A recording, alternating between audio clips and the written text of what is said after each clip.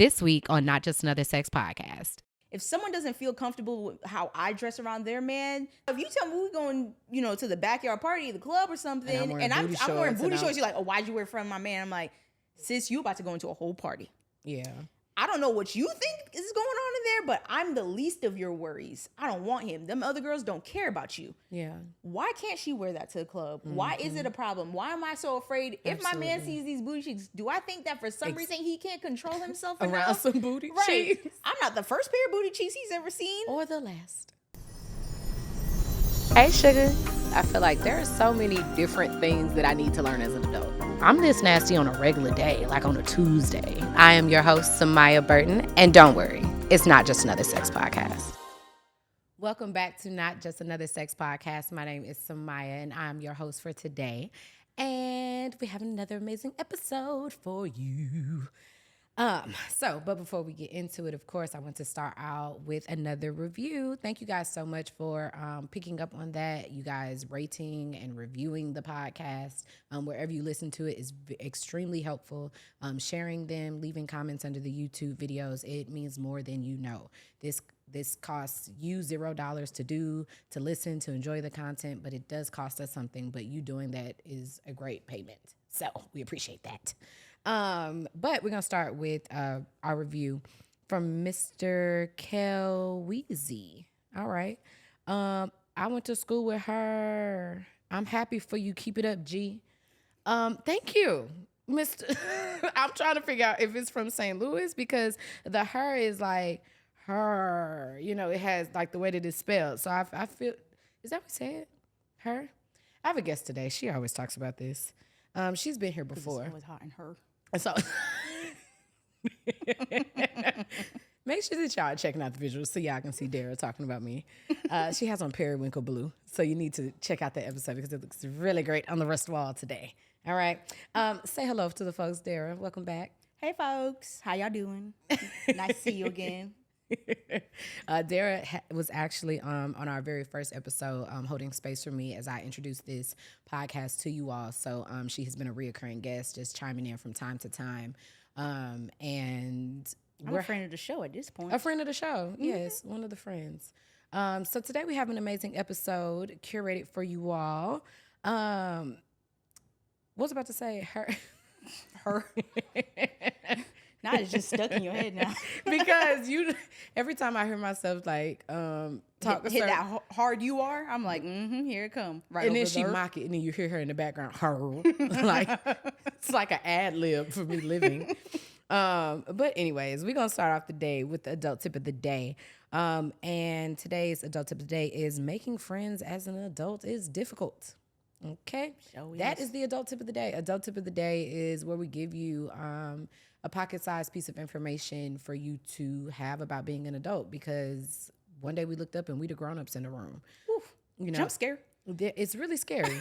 And I wanted to talk about this because I've been friends with Dara for, over 10 years now? No, this is our 10th year. This is our year? Yeah. Oh, look at us. We got to take an anniversary picture.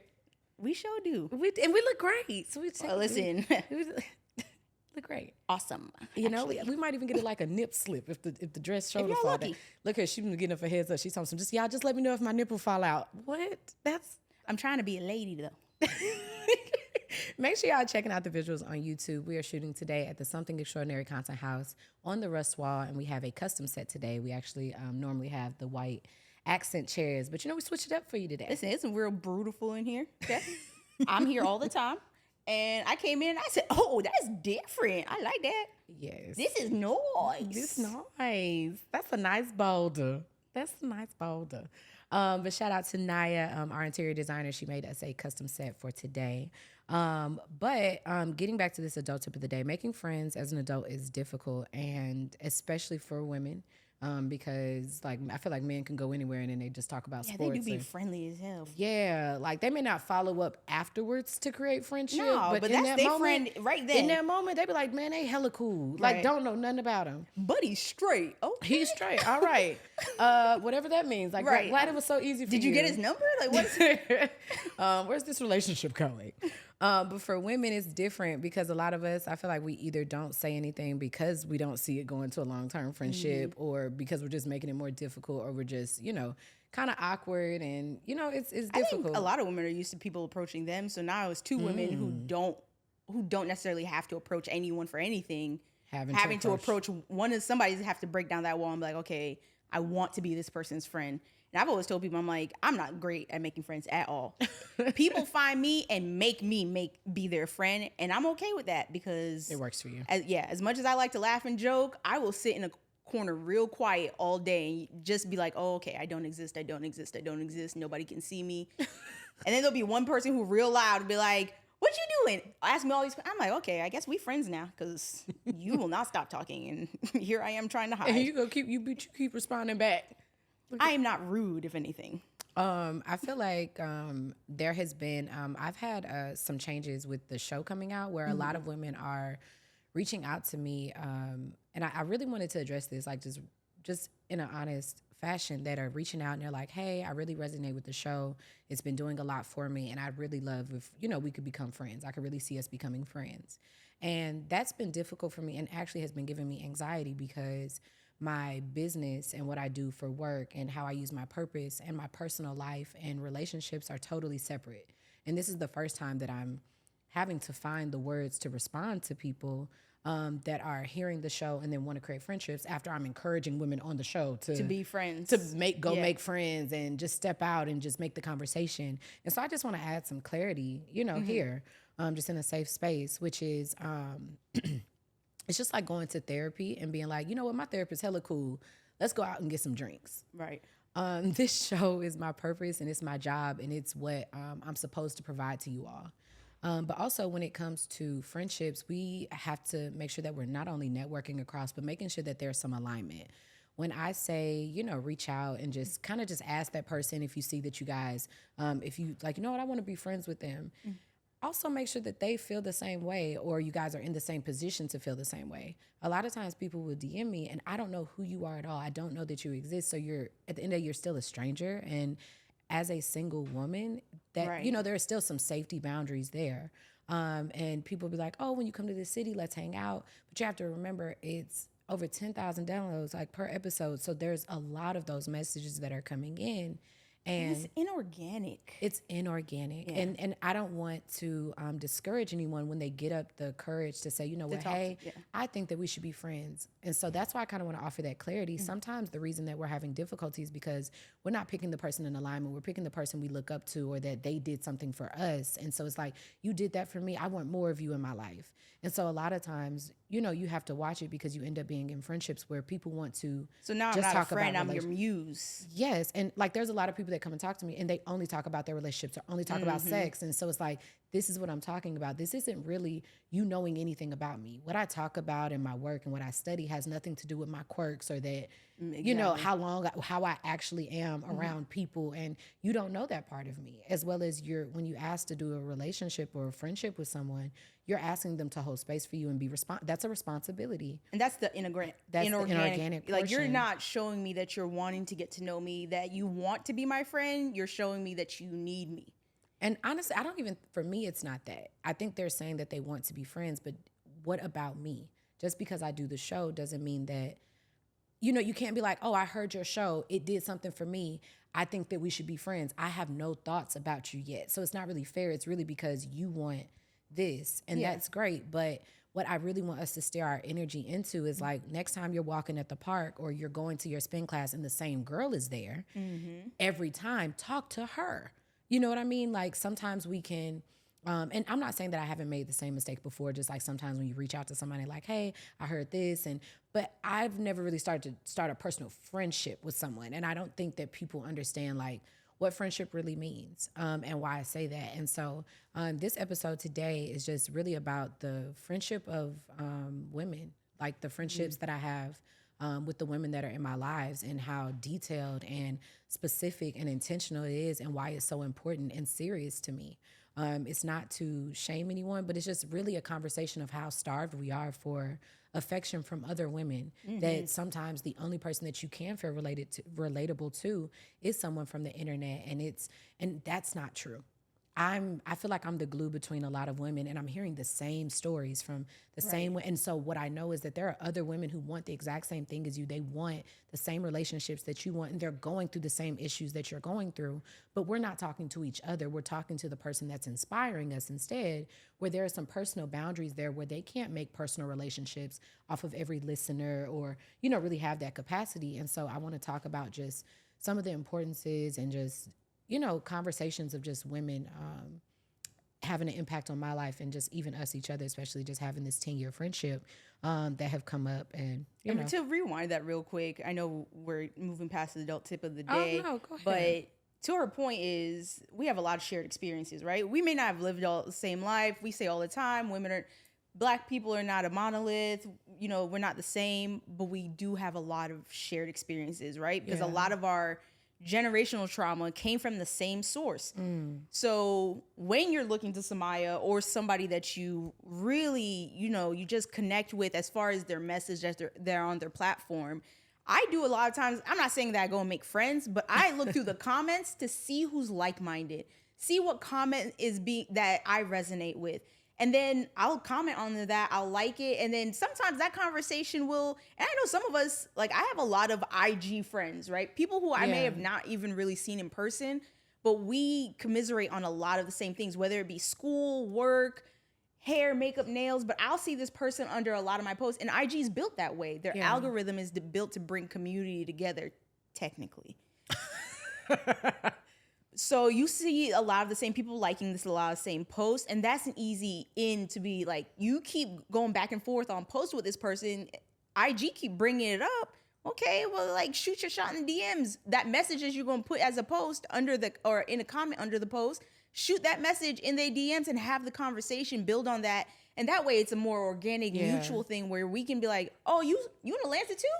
Oh, we should do XYZ, goes or along. even they post an event. They post an event. Let's go to Samia's event. She's doing something at the content house. Let's go together, or I'll meet you there. I'll see you there, sis. I'm so excited. That's an just organic a slow way. relationship. Yeah. And ladies, it's not something that we that's all our fault. We kind of do that in romantic relationships as well. We skip the getting to know you portion, and we want to be the one that you're dating, be the one, that you're officially talking to. Do we know how to just be friends? And it doesn't have to mean that we exchange numbers at this time. We're just in a rush. Yeah, we're very much so in a rush. And just so slowing down those little details. And so sometimes it's not that making friends is awkward or difficult. Sometimes we're just, when people develop boundaries, especially in our grown woman phase, you want to make sure that everybody that's in your life is someone that you can use and that can also use you, right? And I'm definitely going to share like some of the experiences and why that was, I know, really important for me. But in general, that's pretty much what we're talking about here. Just developing those relationships over time, commenting on people's posts literally over time. Me and Dara met working out. Right. And we weren't hanging out day one. And we weren't hanging out at all. Yeah. It literally was like one person's birthday or something. No, it was just I think we were like 6 months in, and the group was like, it was hey, long. let's go hang out.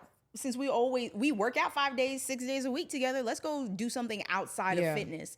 But it took 5 or 6 months for us to really warm up and be like, oh, I see you every day. We talking at the gym, or we talking. Having a great time, though. I wish we were at the gym. We talking outside on that field. On the stadium. We in the stadium burning up. And, again, shared experience. We're at the gym. We're all dying trying to reach a goal. And you're in the same space that I'm in, doing something that you are showing me consistency in this. Yeah. Like, the relationship is building off the fact that we're both experiencing this thing at the same time. And that's when it became comfortable for us to be like, you know what? I know that at the very least, you guys are like-minded here. Let's get to know each other a little more outside of this space. Yeah. And even just your workout friends, I feel like that's always kept us accountable for our size as well, too. Like just making friends at the gym. Those are the people that already know where you started at. And then we've seen each other at our best bodies, our craziest bodies, like literally. So 10 years is a long time to know somebody. Yeah, and it's just so crazy because one day I was like, damn, this girl been in my life for hell is like at everything. Like she drove a couple hours just to come to my baby shower. Like that's so crazy. But to get that type of friendship, you have to be that person as well. And both of those things don't always come at the same time.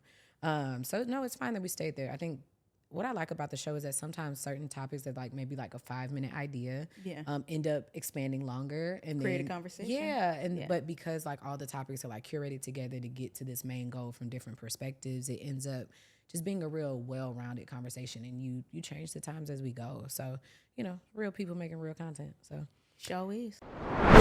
Hey, you guys, it's your host, Samia. And for those of you who didn't know, I'm also the CEO and founder of Sexual Essentials. One of my favorite parts about building that brand was creating a learning platform that has over 250 workshops, interviews, and so much more. Some of my favorite components are the sex position demos. Yes, you heard that right. Demos. They're featuring some people that you may already know. Good Moms Bad Choices has demonstrated some positions for us, as well as Dara. You remember her from our first episode. Those are some of my faves, as well as the lingam and yoni massages. These are great additions to add to your oral loving for your partner. Yes, I said oral loving. I'm trying to keep it clean, guys. Anyways, they are great additions and a great way to spice things up. Outside of our masterclasses, add one of these on to your normal routine and really wow your partner. Click the link below or in any of the links in our bio and sign up for our courses today. All right, now back to the show. So we're going to go on to Twitter Talk. Twitter Talk is where we sit there and we talk about the controversial stuff, the viral stuff, the memes, the funnies. I love the spicy. Let's go. Yes, for, Black Twitter. And so there was a video about a woman. So basically it was like a skit. I don't know if it was a skit or if it was real. Either way, it was realistic to me. Okay. She came downstairs and she was talking to her daughter and she said, are you wearing that? Your uncles are coming over. You should put on something. Your face. Okay. No, that's my listening face. Okay. She said, "Ooh." She said, "Put on some clothes. Your uncles are coming over, and don't you want to put on something more appropriate?" And her daughter was like, "What do you mean more appropriate? I'm really comfortable in this, and if they gonna make me uncomfortable, then they don't need to be coming over here." She was like, "All right, just making sure. Good for you, baby. Keep speaking up." And she walked in the kitchen, and it was just the way that she did it was super funny. I'll make sure that we put that below.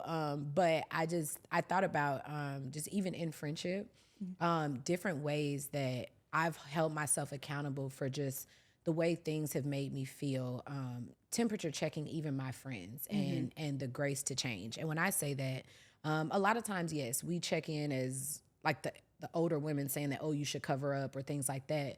But as a woman, I can acknowledge that back in the day when I was not really comfortable with who I was, how other women would dress would make me uncomfortable. And I attribute that to multiple things. I feel like I had a mom that was jealous of other women all the time. That basically, if it just seemed like there was always something wrong with the woman that I thought was the coolest one in the room.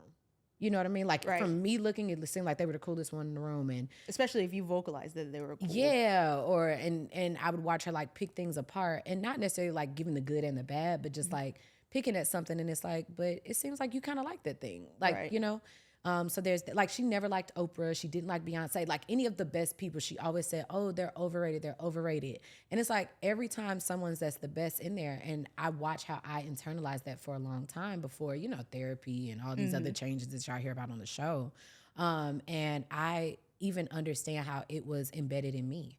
And one of the more difficult things was just being in a friendship with you, who's always been super free and wear her wrestling suits and just nipples out and all these things, as like before I was even at that place where I was comfortable.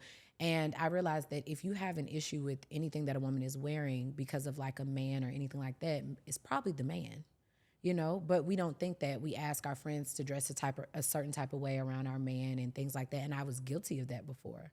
And I just think that this entire episode and this just topic period is about treating our friends better because of how important those woman relationships play a role in our lives and how much they show up, and they're the thing that we fall on even when men, when we can't count on men. And this is not a man bashing episode or saying that men don't have the same things. I'm saying me as a Black woman speaking from a Black woman. Because that's the only experience I can talk to. That's the only thing that I can talk to. How those woman friendships have been there even when my family relationships have not been able to be something that I lean on. And so I just want to charge everyone up with, or just challenge you to think on any ways that you've kind of tried to even control other women and how they dress around you and things like that. That if something feels inappropriate, then maybe you're not the one that should be there or they shouldn't be there. Someone said something to me a long time ago, and I'm not a big inspirational quotes kind of person, but I am a listener. And when you say something that really resonates or makes sense, I hold on to it, I apply it, I move it through my life. And actually, two things. The first thing was that a lot of our trauma holds us in the place where it happened, right? So you spend the rest of your life trying to heal the 6-year-old, the 7-year-old, the 8-year-old child that got hurt in whatever aspect. And to that fact, you said you feel like you picked that up from your mom, watching her pick apart women who you thought were actually cool. So then you started projecting that when you got older. And then the second quote that I always think about is, I never take anything personally because I know everything that happens outside of my body is a projection of how that person feels about themselves onto me. If you accuse me of things that I know outright I didn't do, I know you projecting it onto me. Yeah. And this has allowed me to give people grace because we don't always know that that's what's that's the problem. So to those points, I always like, okay, if someone doesn't feel comfortable with how I dress around their man, the trauma of whatever happened in their relationship or perhaps relationships before is what's coming up. To the point, I'm free, but I'm also very respectful of my spaces. Yeah. I understand that not necessarily that I got to dress a certain way in front of somebody's man, but there's a time and a place, right? If we're going to dinner, why are my booty cheeks, my cleavage, like, why is everything spilling out? That don't make sense. But now if you tell me we're going, to the backyard party, the club or something, and I'm wearing booty shorts, you're like, oh, why'd you wear it in front of my man? I'm like, sis, you about to go into a whole party. Yeah. I don't know what you think is going on in there, but I'm the least of your worries. I don't want him. Them other girls don't care about you. Yeah. You got to worry about what's going out there.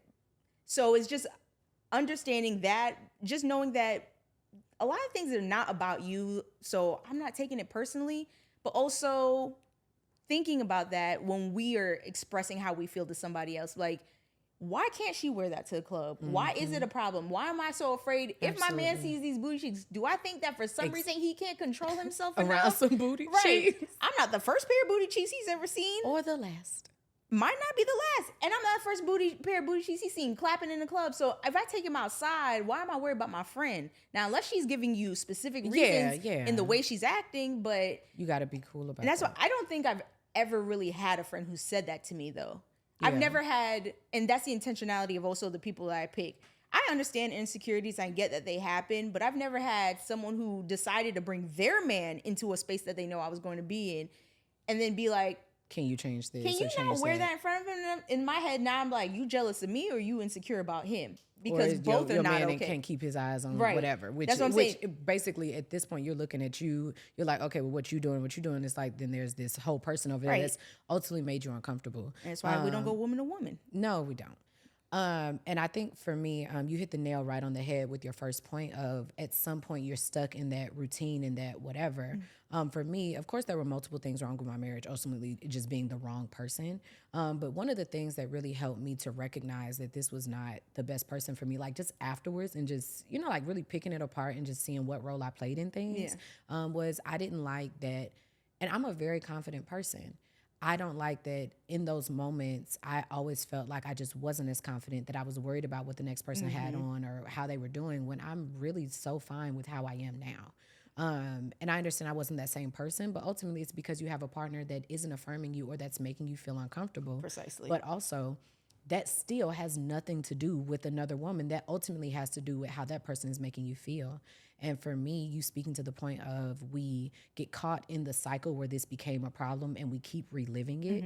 For me, I lived in a home from a very young age where my mom is asking me to change my clothes because my dad is home. And I just grew up, and mind you, we're talking about at a very young age, thinking that you don't wear things like that when men are around. So if this is what your mother is telling you, this is how it goes in your home, and everyone knows that this is the rule, you don't even understand that anything is wrong. You're thinking that everyone else is like doing too much or whatever, but ultimately your mom on some level is aware that your dad is attracted to the young girl that's in the house. And is addressing the consequence of their choices rather than addressing the actual problem. Actually addressing it. And just even in healing, it always, I realize I actually don't give a fuck what any other woman has on. I realize that at all. Like, that ain't got nothing to do with me. It has nothing to do with me, but it's still very hurtful when I think that just that's what the picking apart of what I'm wearing and stuff comes on. But instead of protecting me, you're choosing to tell me to change instead of really handling the problem head on. And so I'm just very grateful to have friendships with people that are themselves 1,000%. And that are different and that challenge that. And I'm also grateful for a friend that has the patience to, be there as I figure those things out because, whether you know it or not, you know what I mean? You may be like, that makes me feel uncomfortable. I don't want to be her friend. And I miss out on a friendship that's, there. So I'm grateful because some of the things that I've been through and the healing that I've went through, like that takes a lot of patience. And for you to still be my friend from those times and stuff all the way to now, like it's beautiful. And it feels good to know that you see that, you know what? She's changed or, you know what I mean? Just been accountable. So I'm appreciative of that. There's growth. Growth. The growth. Yes. So as we continue talking about girlfriends, I want to talk about the shows that you grew up on, seeing other women as friends and like how you approached them. So the two that I want to talk about are Girlfriends and Sex and the City. Both iconic. Okay. Which one was your favorite? It's a safe place. Girlfriends is always going to be my favorite. Really? But listen, you know how I am about Black women. I know. And I've been unknowingly that way my entire life. I've always been obsessed with Black women. My mom, my aunts, like there was nothing, even though I didn't hang out with a lot of Black women as a kid, something about Black women being very close to me always lit my heart up. And so like watching Girlfriends, I was always like, the first thought was, oh my gosh, they made a Black Sex in the City. Look at them. They're all rich. They're outside playing. They're going places. I was like, things that I just didn't fathom as a kid. And I was like, this is great. Now, I love Sex and the City. It had a very long run. I love the story. I probably shouldn't have been watching it at the age that I was watching it. Either one of them. Neither one of them. But the point is that as much as I love Sex and the City, there's nothing better in this world to me than a Black woman. I agree with that 1,000% and still not disagree, but my stance, or say stance like we're talking about politics over here, my stance on the show. I like Sex and the City better. I wish that it was all Black women, of course. But or at least some Black women. Like there were no Black in New York. No. We digress. My issue with Girlfriends was that I didn't like how they portrayed. I didn't like how I felt about myself off some of the things that were going because like there was I stopped watching the show like dead in its tracks. Tony, whoever Tracy Ellis Ross was, right? No, Joan. Joan. Okay, Joan was dating a sex addict or something. Oh, okay, yeah. And then Tony, the other one, who was her best friend, they constantly had issues throughout the show, got upset at Joan for something. And so when Joan came home, Tony was on the couch in lingerie trying to seduce her sex addict recovering boyfriend. And like put him in a position to make it look like he was trying to cheat, but really she was trying to seduce him. And y'all seduce mean like you're showing up somewhere you're not even supposed to be. You're doing something when somebody's not engaging with you, like whatever. And I didn't like that at all because I would never do no shit like that to, you know what I'm saying? Like when you talking about you're upset at me. And then I'm going to go sleep with your man to piss you off. So did that make you feel then that you disconnected to the show? Because you may not have ever thought of that. That does not negate the fact that that situation has probably more than likely happened. Yes, I'm very clear that has probably happened amongst other things. So that's what I'm saying. But it was more so the shadiness and just when I relate and think about, yes, I'm with you. I absolutely love thinking about growing up and spending money like El Chapo with my Black friends. You know what I'm saying? Like my Black girlfriends at that. I absolutely want that. But it was some of the hurtful things and the way they even talked to each other that stung with me more. And I just don't like someone writing about that. And I know that that's somebody's truth and very relatable. Totally understand. But I felt like even with Sex and the City, like, yes, they had their disagreements, but I felt like they didn't throw each other under the bus, at least in the ways that the characters are written. So that made me more comfortable with the friendship that I was just able to take from the storylines versus the people and what they look like. And so that's really where I had an issue with Girlfriends. They were doing stuff that like... You know what I wonder? What? And I just also assume because it's written by a white man. If a Black woman had wrote that, wouldn't nobody wrote that shit. I said back then, I don't think they had many Black writers. So we are getting Black women through the eyes of very older white men. That's what I didn't like. And maybe that's, unfortunately, to a fault, I am very forgiving of people and things and ideas because I'm like, if they didn't have creative control, am I upset at what's actually happening and disconnecting from the show, or am I upset the fact that there's not Black women writing this where it would make sense to the other? So I remind myself of that and then take that part out of the show, because I'm like, that's shitty. There's no way I would see another woman do that and it'd be okay. And also, I don't see y'all write that into them white shows. That's what I'm saying. Not saying that none of this don't happen, but that's the part that didn't make me feel like it didn't make me feel proud of the reflection. I think I just removed them. I removed the parts that I knew clearly were not a reflection of us, and dismissed it as, okay, this you're projecting this, and I don't know why or what's your agenda here, but I'm going to choose to pick the better parts, and maybe that's why I did it. But also, I think I'm just more of a comedy person, and it was funny. Girlfriends were just way funnier to me. Yeah, no, I totally understand. Yeah, for me, I can't watch, like, but also when I feel uncomfortable, I just feel it. I can't help it. And I understand. You got your shows. Watching, like, bitch, you doing what? Like, it made me uncomfortable. Like, so for me, that's how I had to pick. Hey, you guys, it's your host, Samia. If you're enjoying the topics over here, honestly, I think you'd love the topics over on my learning platform. I have some private interviews over there with some amazing guests. I've interviewed Mr. Marcus, yes, that's the porn star, Passion Jones, who brought on her husband and her boyfriend, and even had some girls' night conversations with Medina from Cocktails, as well as Mila from Good Moms Bad Choices. That conversation was amazing. We did some examples of our dirty talk, and let's just say you need to check it out. Don't just take my word for it. Make sure that you click the link below and sign up today. There are over 250 workshops, classes, interviews, and so much more. All right, now back to the show. But I wanted to talk to the point of, I know you said like your biggest, that's all you wanted was just to have Black friends and Black girlfriends around. Like, how did, like, what, tell me more about that, because like now, like you're one of my closest friends, if not one of my best friends. And it took me a long time not a long time with you necessarily to get to that point.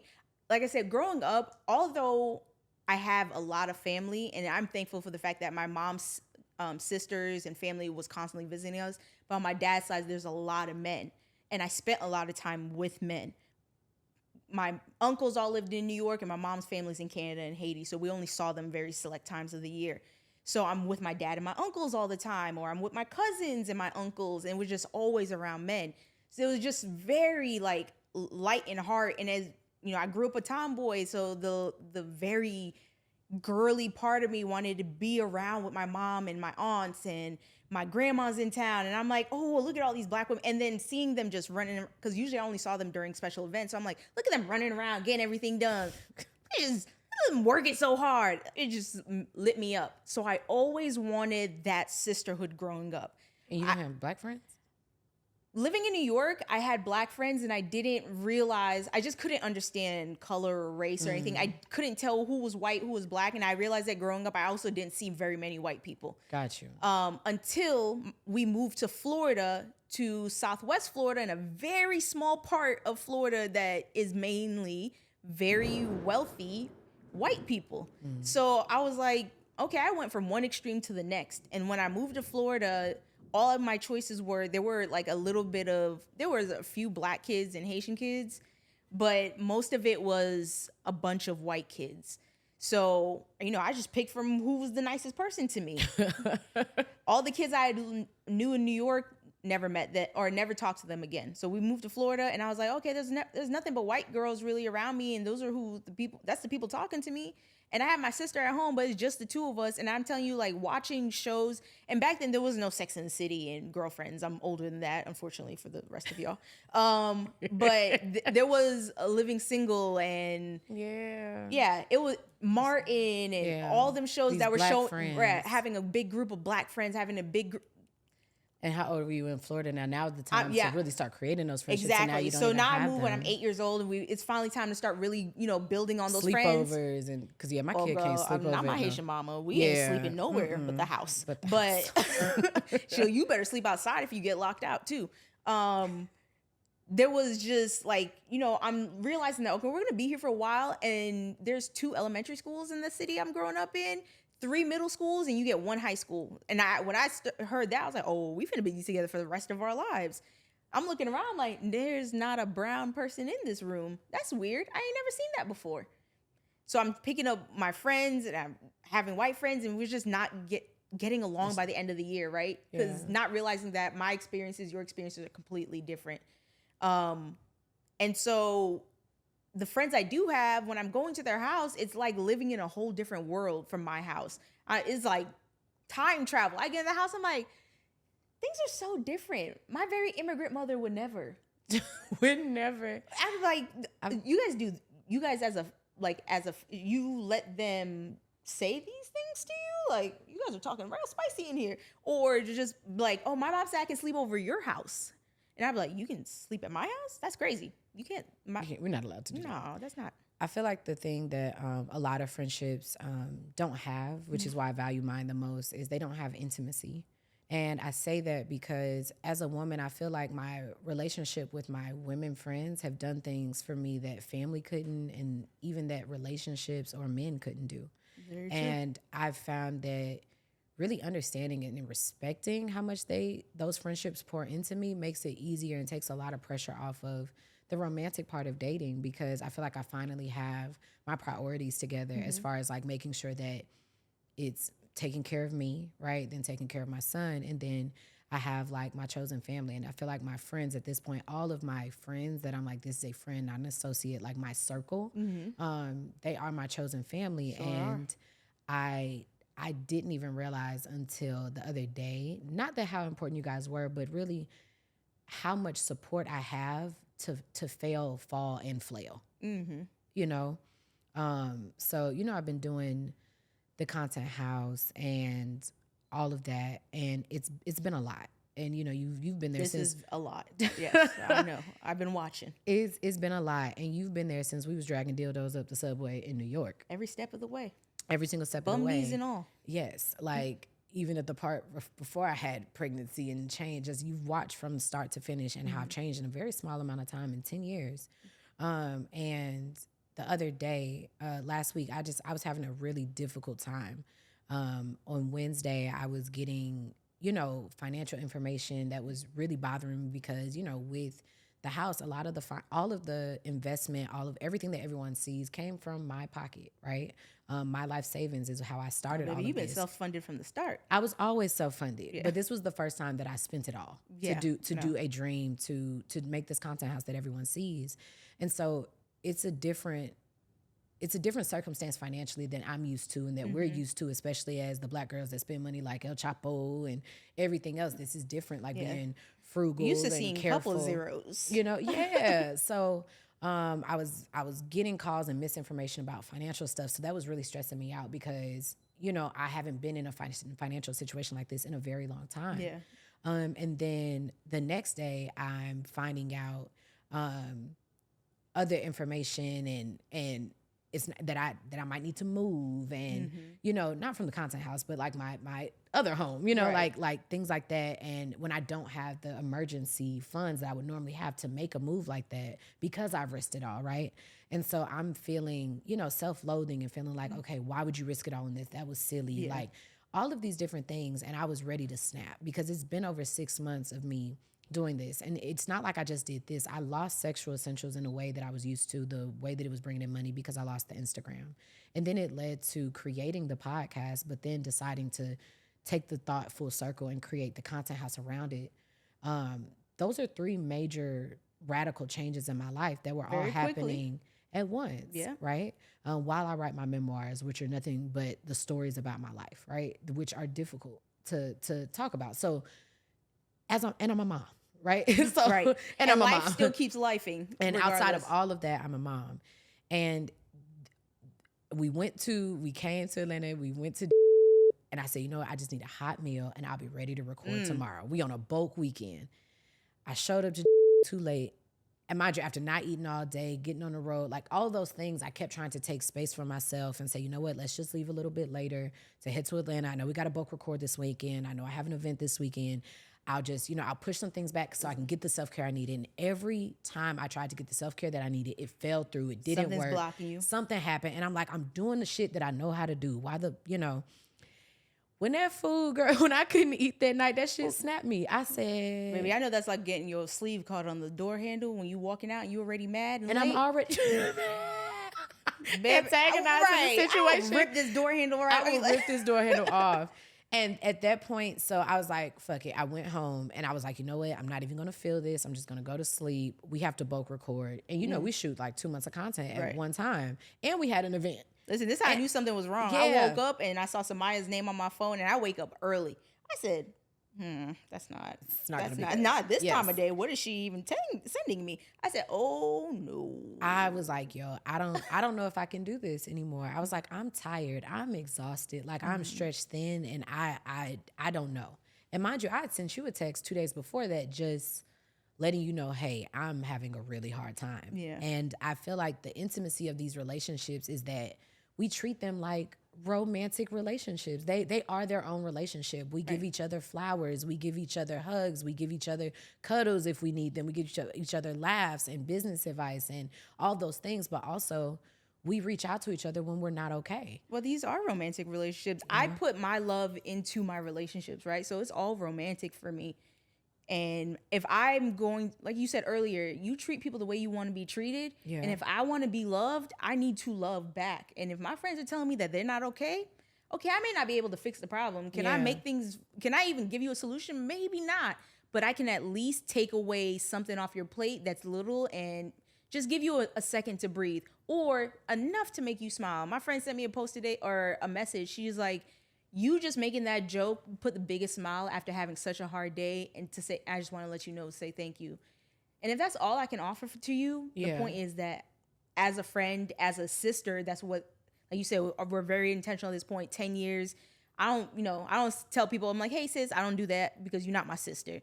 But my friends this is my chosen family. If I want my family to be okay, I'm going to do whatever it takes to make sure that they are okay in some form or fashion, because I know they would break their backs making sure the same for me. And that's the thing. For me, I got in town after all those hiccups, right? And when I got in, my friends can get in my house at this point. There were flowers on the kitchen island. There was ginger beer. And there was these muffins that I'd be smashing from Pubs. Them things good, in large quantities that I should not be comfortable sharing. And it was just sitting in the house waiting for me before I even got there. And it's just like, that was so intentional and amazing to me that she had already came, dropped off. And those were my favorite things. And so some of the characteristics and things like I took from that was, one, make sure that your friends know the things that you like. Like, don't be afraid to correct them or say, oh no, this is my favorite, and have it again. Be yourself. She didn't ask like, what do you want me to bring? They've watched me long enough to know this is what somebody gets herself. So this is where, making sure that you have your own personal practices, know what you like. This is where it comes in handy, because it not only teaches your romantic partners how to love you, but your personal friendships as well, what to do for you, and know when you need it, and even more intentional, because she's a woman. So she knows even more what I need at that moment, or when I'm PMSing or whatever. Right. And it's not saying that, oh, I got to be there when you PMS. No, it means that I was about to break and she was there when it mattered. It's not about putting all your problems on your friendships so you overwhelm them. But it's about, if they reach out and say, hey, I'm having a problem, you should have good enough friendships that you trust that when they are asking for help, they're asking for help. And I'm also proud of myself, the growth to be able to say, hey, say something, I'm not okay. Mind you, I went on for 2 more days after telling you, hey, I'm not okay. But what I was doing as a single woman was telling someone that something was wrong. Right. Which, if you live alone as a woman or you're single, it's very difficult, because you realize, like, who is my emergency contact, or who is, you know what I'm saying? Ooh, those are real life adults and having to decide real life things, especially when you're in the house alone. When you're in the house alone. And so one of my biggest fears walking around the house is like, I really hope I don't hurt myself or be somewhere without my phone. And so I walk around with my phone in my hand all the time. But I've learned I have a responsibility to my friends to not come to them when I'm about to fall apart and they don't know what the hell is going on, because they don't live with me. You have to keep them in the loop. Right. And so I had called my best friend that week. Then the next day I told you. And then on Thursday night, I tried to, get the last bit of self-care I could. It still didn't work out. And Friday morning, I woke up, and my producer, who is definitely becoming a friend over time.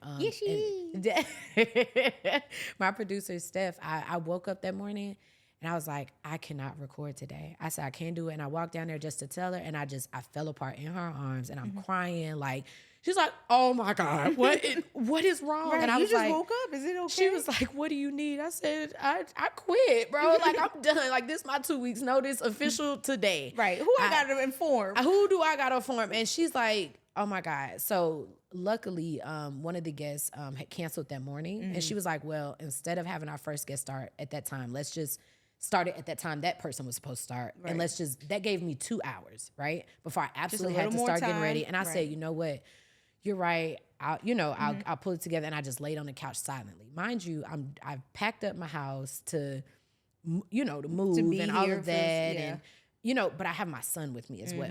So at one point, even during those couple of days, he had cried because he saw me upset, not from him or anything. It was taking just, on your energy. but my energy changed. And he was like, oh my gosh, like he was freaking out because I don't yell around him, because I don't, he doesn't see me necessarily. He don't see you panic. He doesn't see me panic. But also, I also realized how important it was for me to talk to him. And I said, hey, you don't have to cry. I said, I'm not mad at you. I said, mommy is having a really difficult day, but a hug from you would make it so much better right now. And so he gave me a hug, like that make it better. And yes, in reality, it made something better. And that was my truth. But I laid down on the couch and I'm laying there like not moving. And in walks Dara with a bag of the food that I wanted from the spa the night before that wasn't open.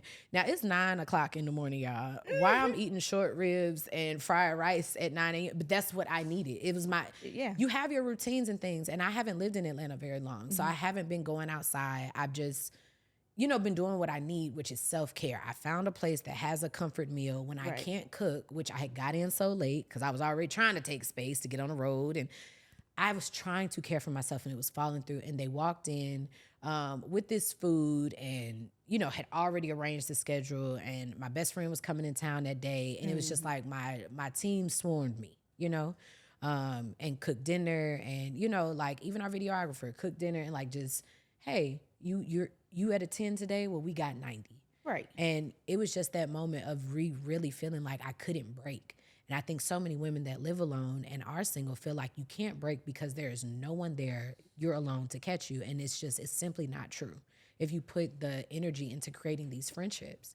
So when we say, be more intentional and look for alignment, it's because some of these friends that you make in one phase, they will be there forever. But all it takes is just a little bit. But I'm really grateful for the whole thing. Like, no, it's not good to snap, but I can't remember the last time. I was playing a game. I just got back from a trip, but on the trip, me and my girlfriends playing a game. We're talking to each other, and they're like, "What's your favorite thing about having girlfriends?" And we're all thinking. We all give an answer, and one of my friends goes, "It's my ability to stop thinking when I'm around them." They do things the way we do it. So thorough. We're superwoman for everyone and everything, every second of the day. And live alone, live in the house with people. You got kids in the house, you don't got kids in the house. You somehow have become someone's brain and you're always going, you're always thinking, and it's nonstop. And you're like, when do I get a break? When does someone get to think a little bit for me or tell me what's going on and show me what's planned and all these other things? And when she said it, we all looked at each other like, yeah, I know I'm smart. I know I can handle it. But I also need to know that when I'm with you, you're smart, you can handle it, and you gonna make sure I'm okay. And we may share responsibilities, but I always say, like, one of the best things of traveling with my friends is there's never like, oh, you do it, and then I'll just pay and come in. Someone's like, okay, I got the rooms. Yeah. The other person's like, I got all these activities, and the other person is, oh, I'm gonna figure out our travel. It's a partnership. Right. I don't have to think all the time. I'm not responsible for everything that's going on. And that little bit of peace is exactly why I have the friends that I have, or why I'm choosing to be around the women that I'm around. And the way that you decide that, it's not something that's chosen on a whim. So it's like, I love when people reach out and tell me that my job is doing what my purpose is doing its job. Yeah. That I don't want to stop. And I don't want to feel like I can't talk to the women and say, hey, this is where I want to talk to you about this change or be bashed for the criticism. Like when I get those messages, I want to tell them the truth. Like, babe, you deserve somebody that you're in alignment with. Life is aligning you with the girl that you keep running into at the park on your walk. The girl who's been at your gym for the last 3 years and y'all haven't said nothing. And you're missing it because you're asking the therapist or your counselor to be your friend. That's the easy way out, and you deserve a better, closer friendship than that. And it's just like, I want to talk to women about how we play the, and I've done that, but like I said, wanted to be closer to people before. And even with my work relationships, sometimes I've realized I have to work with people that I can consider a friend, because those friendships have gotten me to that point that everybody needs to feel like a friend if you're around. This is true. Everybody does become a friend. Everybody does become a friend, or at least a great associate. So I don't take it lightly, and I don't think that you should either. If there is real alignment, even if it's, and I've made friends with people that I wanted to work with over time. I tell people all the time, you guys saw me teaching at Sheila Marie's Unruly Retreat. That started off from me DMing her and telling her, hey, I think you're amazing. I look up to you. Glad to find a woman that looks like me. Right? I started off as a fan, and that's okay to be fans of other women, but also making sure that we respect their boundaries and it being their work. And over time, I just stayed in touch as far as like responding in DMs or responding to, the content that she's putting out, or just sharing it. And organic growth of the relationship. And also taking advantage of the things that they put out that they're telling you they're okay with. I have a Patreon where you join a private group chat with me. That is me saying, hey, if you want to get closer to me, this is a way that I'm comfortable with us getting closer. Showing support. But you have to support that. And it's like, you might be like, oh, well, I don't have to pay for a friend. You have to remember, you may know me, but I don't know anything about you. You know what I'm saying? And so make sure that you're supporting the creatives that do have those Patreons. And like, my producer is a huge, like, she loved the Patreons. Like, if she likes somebody, that's where she's going to go follow. She don't care about what you post to everybody else. That's where all the good stuff is. You want to know the personal things about them, because when they be like, oh, you my friend in my head, I know that you don't know me from a can of paint, and I still do that. And because on Patreon, it'd be the things that you like, oh, I can't wait to go on Patreon and find out, because on the show, really I'll be like, okay, go to the Patreon if you want to know. I'm like, I want to know. I do want to know. And so I just want us to bring that conversation up, because this is what my friendships have to hold for me. They have to hold that space in my life for me to break down.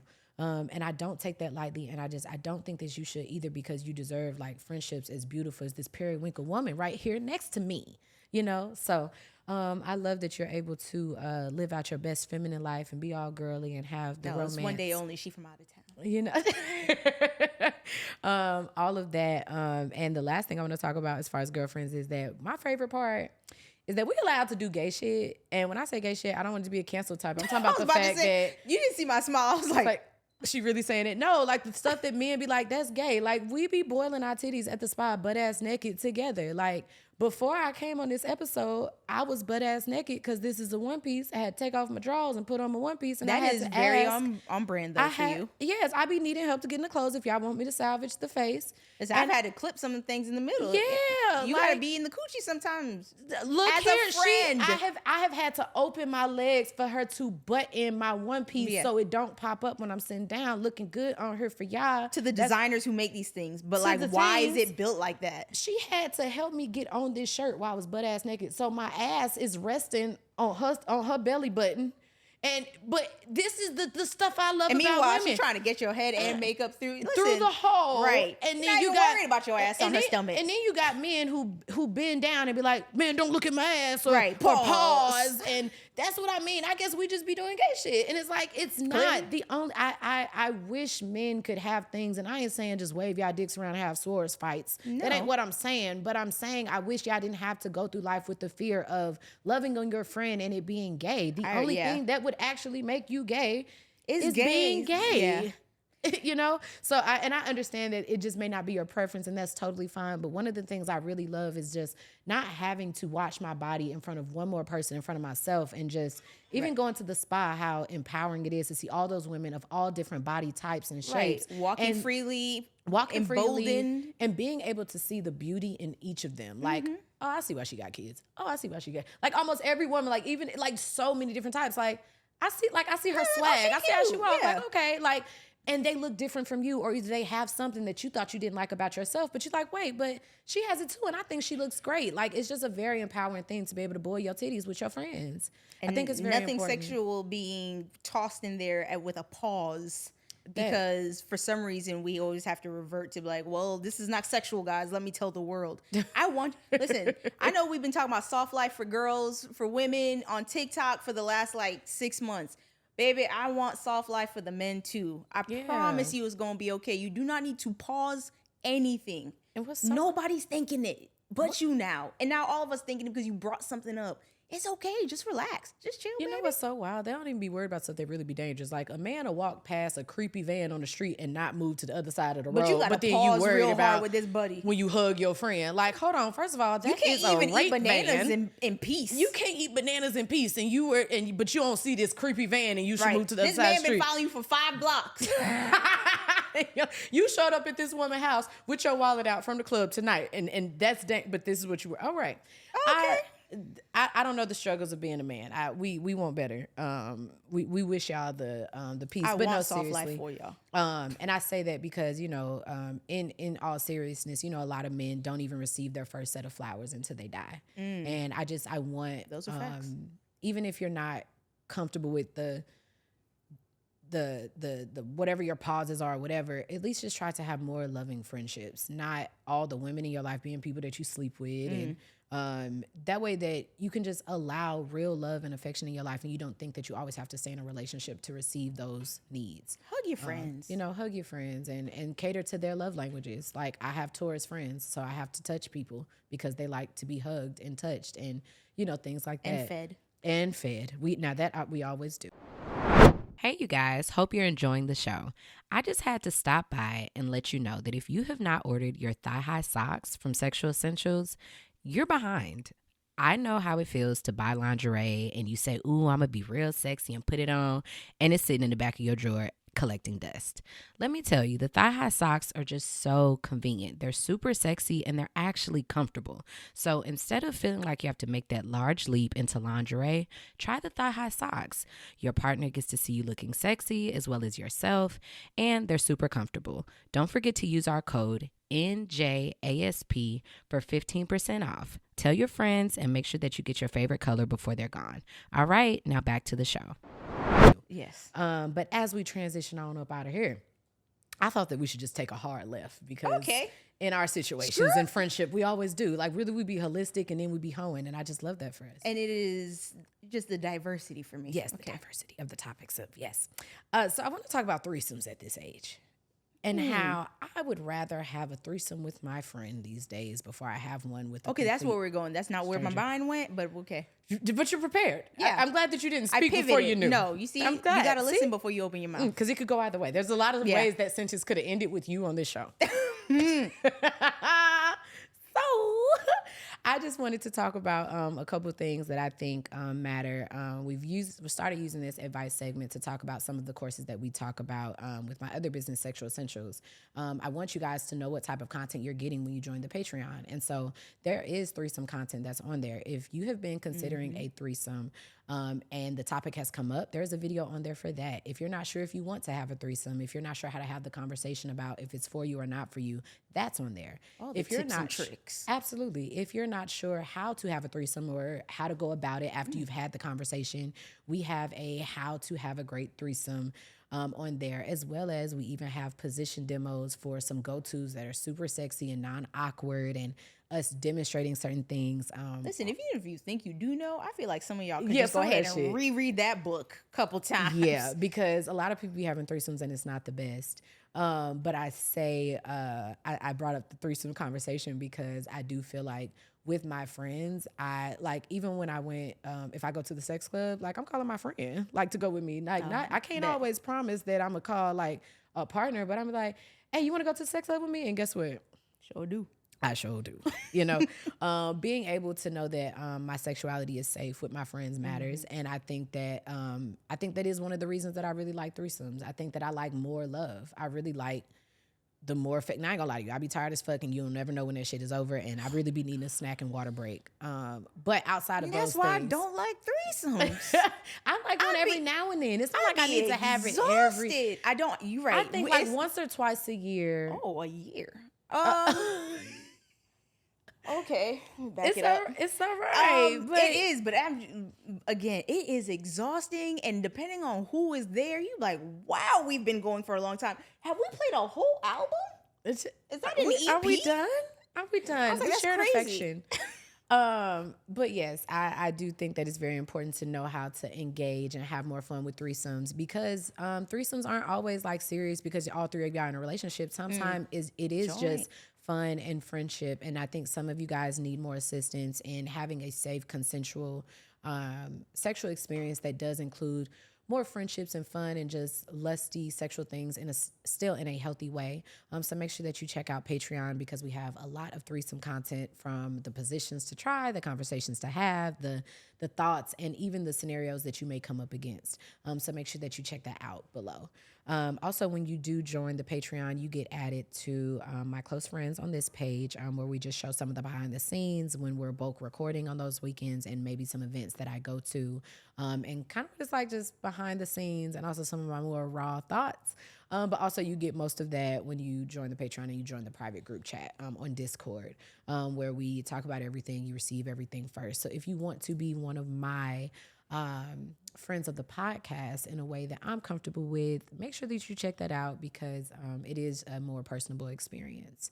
And also it supports me as well.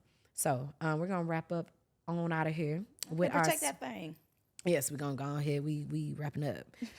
Our spiritual tip of the day is about taking all the energy, crystal, and witchy conversation talks and illuminating really what's going on, which is breaking it down in small pieces here and there, and just sharing all those little things that we don't even know exist, or a practice, or even just explaining so we can have a better understanding of, this spiritual talk, Okay, a little education. A little education.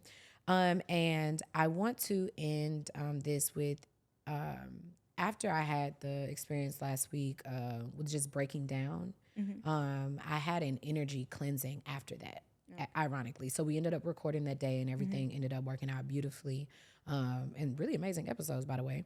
But when I felt like I was breaking down, I had reached out to a woman who actually I'm going to bring on the podcast. So you guys, I don't have all the information and proper words yet, because I just experienced it for the first time. But I'm sure that's going to be an episode. It's going to be in the episode. So, so she is coming on the show. But before I bring anyone on the show, I always try out whatever it is first. I vet them by doing the experience myself or whatever. You do test dummy everything I first. do. I test everything for y'all. And I had scheduled it because I knew that I needed something different. Like I was literally breaking, and all of my tactics that I've learned to keep myself okay, whether it be tarot for intuition and calming my anxiety, or calling Gigi, or having a session, none of those things were working. And I had met this woman, and I knew she was going to be on my show, and we were already scheduling to have a session, but I was like, hey, I know it's short notice. Are we able to do the energy cleansing session tonight? And so she came over, you can go to her, but I just preferred her here at the Content House. And you lay down on a massage table, and she not only balanced my chakras, but she basically laid me down and she pulled the energy, like the trauma from different parts of my body. You tell me, I'm so mad I missed that. It was so amazing. Now, I've seen her do it before, and I've watched her manipulate that same trauma energy that she's pulling from your body and leave it around your genitals to even release as orgasm, like that energy being stuck in one place as orgasm, and then still taking it out of your body.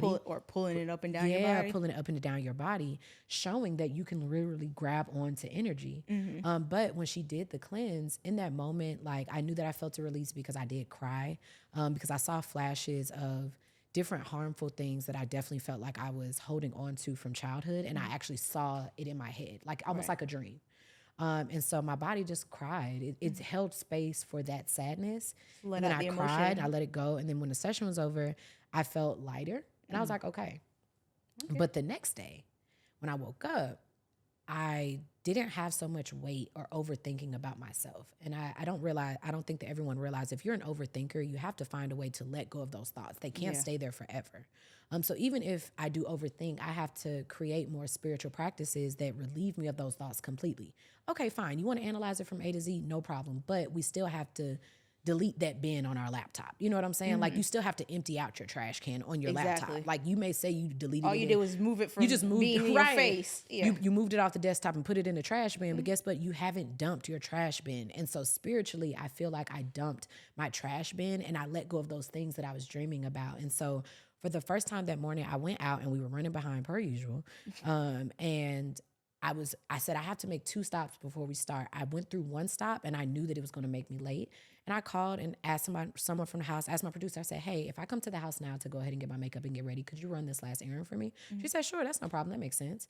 And it was just that. And I was just like, I didn't realize how much weight I had been holding trying to do everything myself. Right. That I needed to do that breakdown. One, to teach me that I can be caught by my family. We're not just saying it. You guys really are my family. But also that after you go through that shit, let it go. And so I'm really excited to dive more into a new, I love trying out new shit, and I haven't tried out nothing new spiritually in a very long time. Since tarot, I've been getting close to tarot for the last 6 months.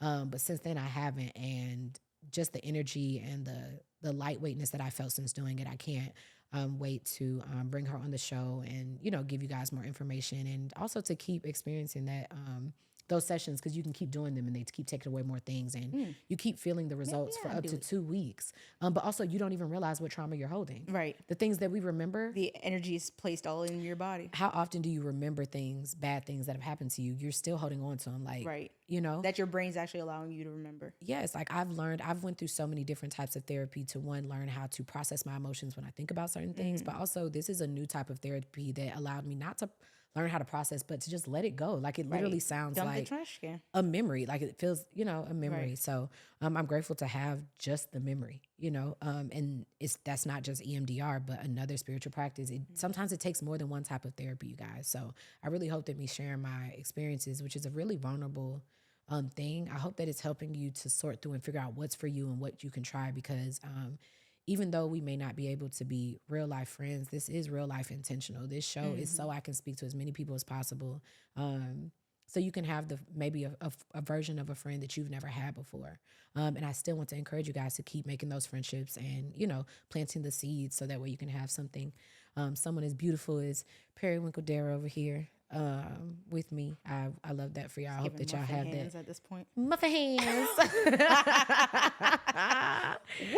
Shout out to Muffin hands. So all of us are a little awkward around friendship. So thank you again for always coming back on the show, seeing it through. I would never, ever, ever stop giving you your flowers for loving me the way that you do. That's my favorite place to be, Suga. So with that being said, thank you guys so much. If you guys want to see more of Dara, you can also check her out on my Patreon below. She has done some sexual position demos as well for us. So make sure you check that out. Make sure that you follow the Content House page at SC Content House if you have an event, panel, or would like to shoot your own podcast or bulk podcast the way that we do. We can support you in creating the extraordinary content that you like, as well as make sure that you follow the podcast. And please share this episode with someone, share it with your friends. All of it matters, okay? The intentionality comes full circle when you support us supporting you. So thank you so much. Make sure that you guys join the Patreon, and we will see you next time. Hasta luego.